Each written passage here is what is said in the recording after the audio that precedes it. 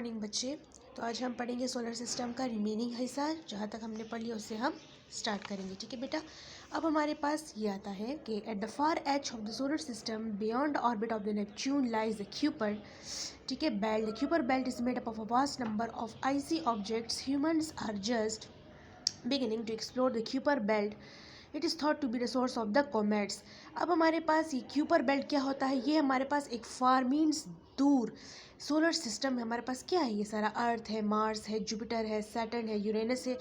इन orbits को ये जोड़े रखता है। ठीक है, नेपच्यून को और इन सारे जो ऑर्बिट्स है इनको जोड़े रखता है। और उसको जोड़े रखता है मीन्स कंबाइन रखता है। तो उसको हम कौन सा बेल्ट बोलते हैं? क्यूपर बेल्ट बोलते हैं। ठीक है बेटा। फिर हमारे पास है the Kuiper belt is made up of the vast number of icy objects. Humans are just beginning to explore. ठीक है, to explore the Kuiper belt. It is thought to be the source of the comets. ठीक है, comets भी हमारे पास सितारे सैयारों की तरह होते हैं। मैंने आपको पहले भी बताया था। ठीक है, कि all the planets and the other bodies revolving around the sun are held in orbit by the force of gravity. The sun is for the biggest body in our solar system. It therefore exerts a gravitational force that is strong enough to hold the largest and most distances bodies in position. तो बेटा आप लोग figure को गौर से देखो। हमारे पास sun is heavy mass containing body. आप सन को देखो, गौर से देखो।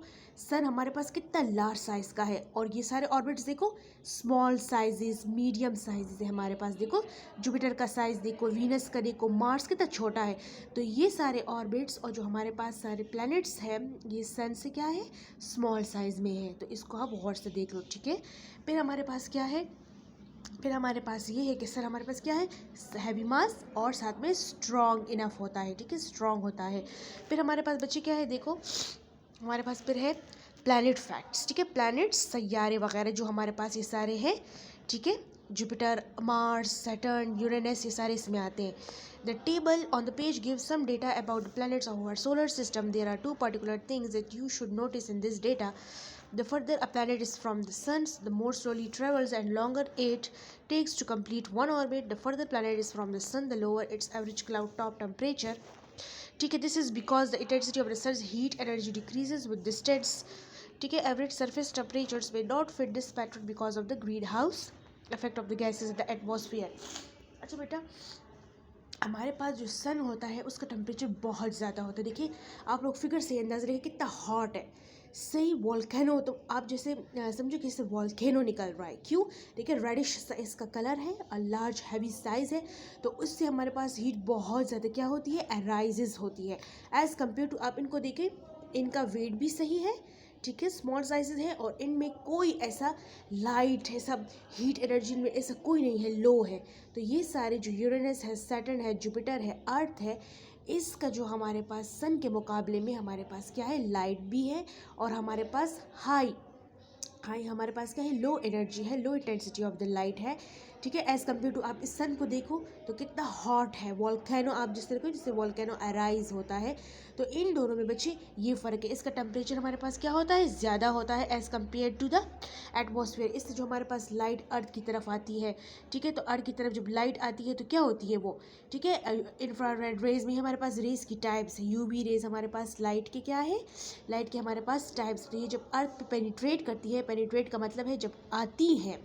ठीक है, टकराती हैं, जब आती हैं अर्थ पे तो हमारे अर्थ को उसने क्या किया है? रोशन किया हुआ है। और जो हमारे पास टेम्परेचर होता है सेंटीग्रेड्स में, ठीक है, वो सन का बहुत ज़्यादा है as compare to the Uranus, Saturn, Jupiter, Earth. ठीक है, जिस तरह आपको बताया कि in 2006 Pluto lost status as a 9th major planet and was reclassified as a dwarf planet. अब बेटा हमारे पास पहले 9 प्लैनेट्स थे, फिर प्लेटो हमारे पास क्या होता? रीडिस्कवर्ड हो गया था, मतलब एबॉलिश्ड हो गया था। ठीक है, फिर इनको 2006 में प्लेटो को भी दरियाफ्त किया था साइंटिस्ट ने, बट उसका इतना छोटा साइज़ था कि फिर वो डिसअपेयर हो गया। ठीक है, लॉस्ट हो गया 2006 में। तो प्लेटो भी हमारे पास एक प्लैनेट था, बट वो हमारे पास क्या हो गया? फिर री इस्टेब्लिश हो गया, एबॉलिश्ड हो गया, ख़त्म हो गया। एबॉलिश मीन्स ख़त्म हो गया।